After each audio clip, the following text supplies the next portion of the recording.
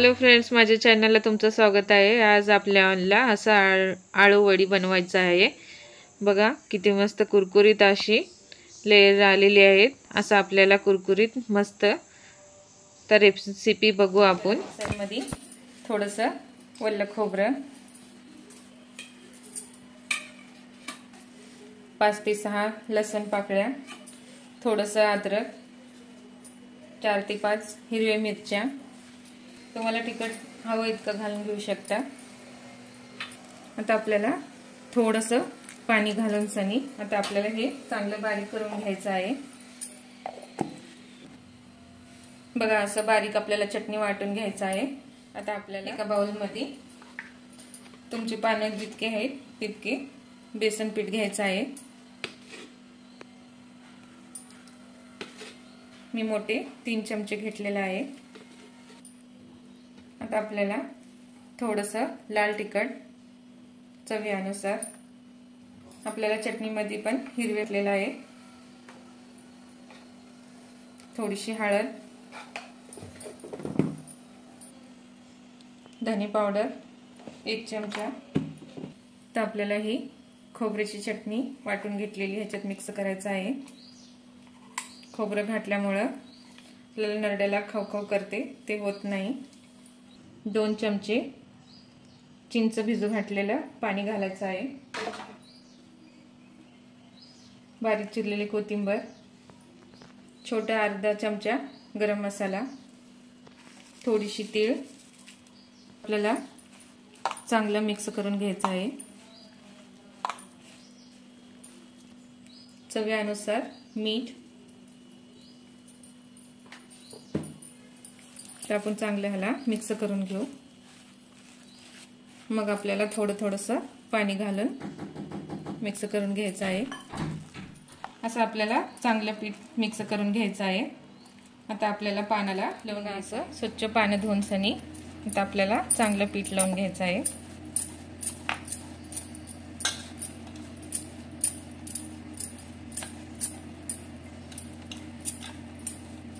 एकसारखं चांगलं लावून घेऊ।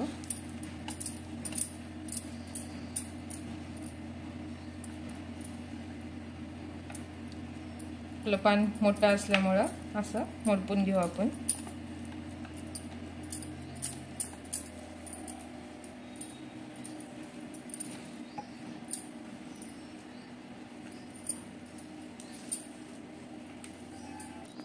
मग पानं छोटे असल्यामुळं मी अशी 2 लावलेलं आहे।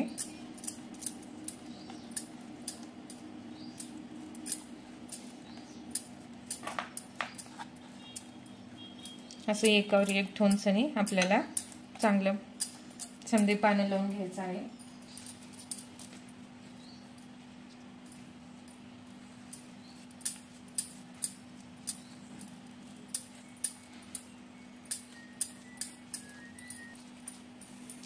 लास्टला आपल्याला असं चांगलं थर लावून घ्यायचं आहे।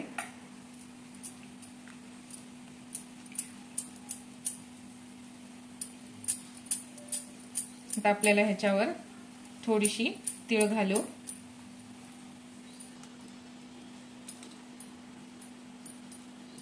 चवीला पण मस्त लागते, दिसायला पण मस्त वाटते। आपल्याला चाळणीला थोडंसं तेल लावून घ्यायचं आहे।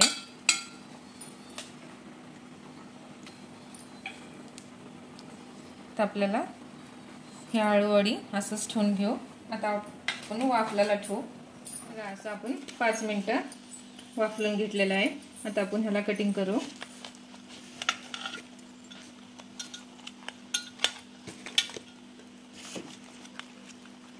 छोटे मोठे तुमच्या आवडीनुसार कट करू शकता।